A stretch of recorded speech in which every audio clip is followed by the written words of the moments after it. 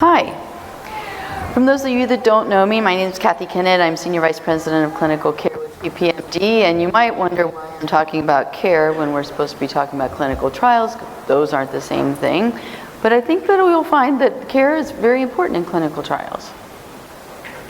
So we know that Duchenne changes over time. It changes very slowly. It changes along a given trajectory. It may have a longer natural history curve or a shorter natural history curve, but the trajectory of the curve is basically the same in everyone, but it's very slow and it does change over time. And so your care should change over time as well. As Pat said this morning, Duchenne is not just a muscle disease. There is a lack of dystrophin with Duchenne in every organ of the body. So a lack of dystrophin in the lungs means that we need to look at the lungs, we need to evaluate the lungs, we need to manage the lungs, we need to treat the lungs, we need to make sure that cough is good, that airway is good, that breathing is good at sleep, that breathing is good during the day. We need to make sure that bones are healthy. Bones during Duchenne are a little bit weaker naturally. Bones that in people who are using steroids are a little bit more weak. So it's important that we look at bones and make sure that bones are healthy and strong and functional. We need to make sure that muscles are as strong and as functional as possible. And we know that there are some medications, that steroids and deflazacort, that makes muscles a little bit stronger, a little bit longer. But we need to look at muscles. We need to look at the brain. We need to make sure that thinking and cognition and learning disabilities and behavior issues, things that might be important to some people or may be significant for some people, are addressed. We need to look at everybody's heart.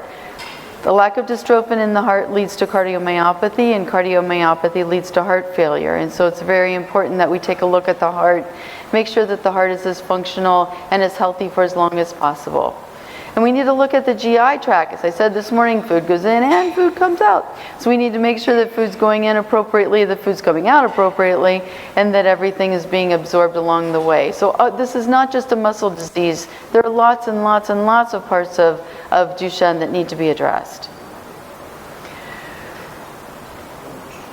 All of these subspecialties are necessary in Duchenne muscular dystrophy, but because Duchenne changes over time, they may not all be as necessary at different times during the diagnosis, and they may not all be necessary in the same way. But it's important that all of these areas of care are addressed at some point in time. These are all the domains that are addressed in the CDC care considerations and the care guidelines.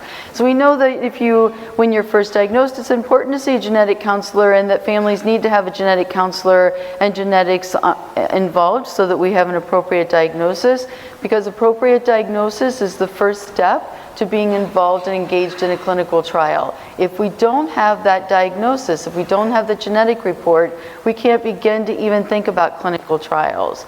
That may or may not be a subspecialty that's important in the tweens and teens, but then again, as young men and young women become older, they're again interested in talking to genetic counseling about what are their chances of passing this on, what do they need to do in terms of reproductive planning and some other issues. Neuromuscular specialist is going to be important all along the trajectory of the diagnosis, but not for necessarily the same reason. So in the beginning, am I fading in and out? Can you just tell that? Sorry, I'll try to put it closer. I'll hold it. That'll do it. Is that better? I think that's better. So as people are first diagnosed and start on corticosteroids or begin to look at clinical trials and other medications, neuromuscular specialists are important. As the trajectory of the disease moves along, it's important that neuromuscular specialists are keeping track of function and of strength and of range of motion, of abilities and capabilities. And then as young adults, again, it's important that the neuromuscular specialist is keeping track of not only lower body function but upper body. Orthopedic is self-explanatory. You might need an orthopedic person and you might not. If you never have a fracture, you might not. If you never need spine surgery, you might not, but they may. So every one of these, as you look down the list of these subspecialists, these people will interject at different times during this diagnosis for different people and in different ways. But they're all very important, and they're all very important to keep on the team. PPMD started a network of certified Duchenne care centers across the United States and soon to go global. At this point, as Pat said, we have 16 certified Duchenne care centers. And one of the reasons that we thought that this was important was that it's important that every family have access to available care and a team of care providers that are comprehensive and capable of providing the care and services that are important to your family and to your child.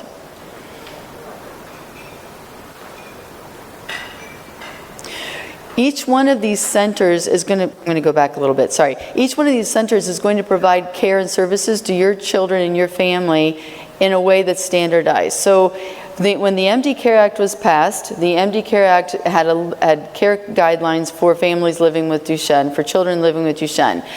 There were 5 domains of care, 8 domains of care within those guidelines, and we took those guidelines and compressed them into 5 domains. The 5 domains of comprehensive care are pulmonary, endocrine and bone health, cardiac, neuromuscular, and coordination and communication. And then within each of those domains, we developed variables that we could use to evaluate the care at each one of these centers. Because each of these centers is certified, you can be sure that each one of these centers is providing the care and services that your family needs in a standardized manner that's in agreement with the care guidelines that were developed by the CDC. So essentially, if you go to Yale, you will get the same care and services, not necessarily in exactly the same way, but in a harmonized manner as if you go to UCLA, as if you go to Cincinnati, as if you go to any of these centers. So all of these centers are capable of providing that level of care. We know that as Duchenne changes, and as Duchenne changes over time, that there are therapies, new therapies that are altering that the natural progression of this disease and the trajectory of this disease. So we know that steroids prolong ambulation, but we don't know exactly which regimen will work best, what doses will work best, and there are trials that are going on right now that are trying to determine those things. We know that steroids delay pulmonary function, but now we have outcome measures that will start to look at delayed pulmonary function to say exactly how delayed the pulmonary dysfunction is by virtue of using steroids. We know that steroids will prolong upper body strength and function, but we need to continue to collect outcome measures and evaluate upper body function so that we can say exactly what kind of a difference steroids makes.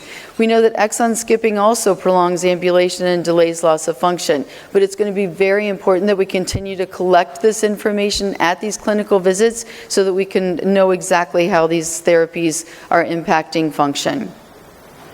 We don't know about other therapies. So as these new therapies come on board, it's going to be very important that each one of these care centers continues to look at function, range of motion, pulmonary function, cardiac function, even thinking, behavior, learning disabilities, because we don't know what passes the blood-brain barrier. So it's going to be very important that we continue to collect all of these variables so that we can see what an impact these therapies make.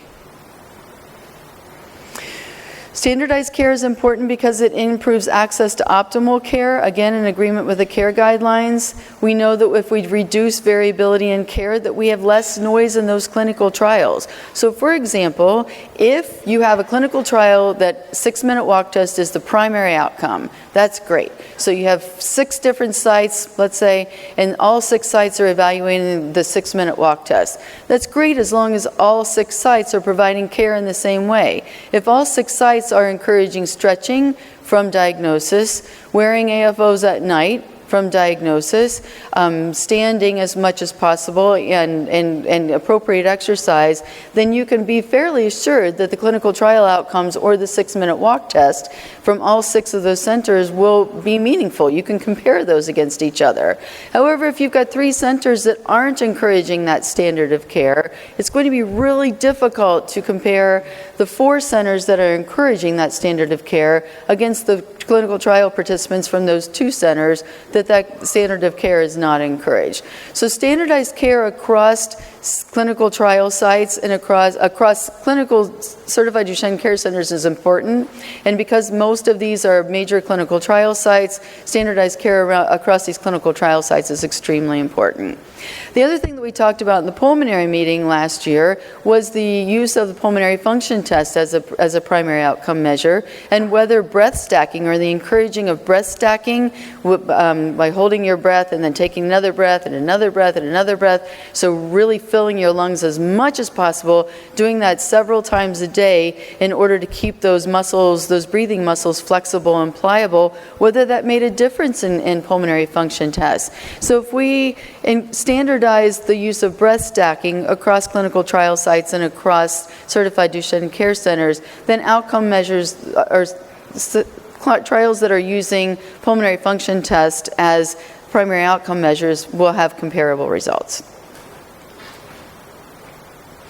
So it's really important to continue to collect clinical data. So all of these clinical trial sites and all these certified Duchenne care centers are collecting ambulation data, whether it's clinically or as part of a trial, pulmonary function tests, cardiac data. We need to know what the impact of all these therapies is on growth and bones. And we need to make we need to know whether encouraging the standard of care makes a difference. So it could be that we're encouraging all of these things and it makes no difference. That's really important information to know. So if then we can change the standard of care by virtue of having these results and optimize care across the board. Natural history is evolving continuously by virtue of therapies, by virtue of care, and by the knowledge of genetic modifiers that we're just beginning to really look at and recognize how they may impact this diagnosis and the natural progression of this disease. So it's, again, important to collect all of this clinical data so that all of this makes sense. The Duchenne Connect or the Duchenne Registry is extremely important. So you guys have all heard about why it's important to put your information in there. Well, it is really important because we need to, again, keep track of your care, keep track of your clinical outcomes, and evaluate whether or not that care makes an impact on clinical outcomes. We need to know whether it impacts quality of life, whether it impacts length of life, and whether it is altering the clinical course of this disease. And we need to keep what works and then change what doesn't work. And we won't know any of that if we don't collect data, and the best way for us to collect data is Duchenne Connect. So keep putting that data in. That's all I've got. So I'm going to turn it over to Stan, who's going to talk about the importance of clinical care. Stan's going to talk about the importance of data.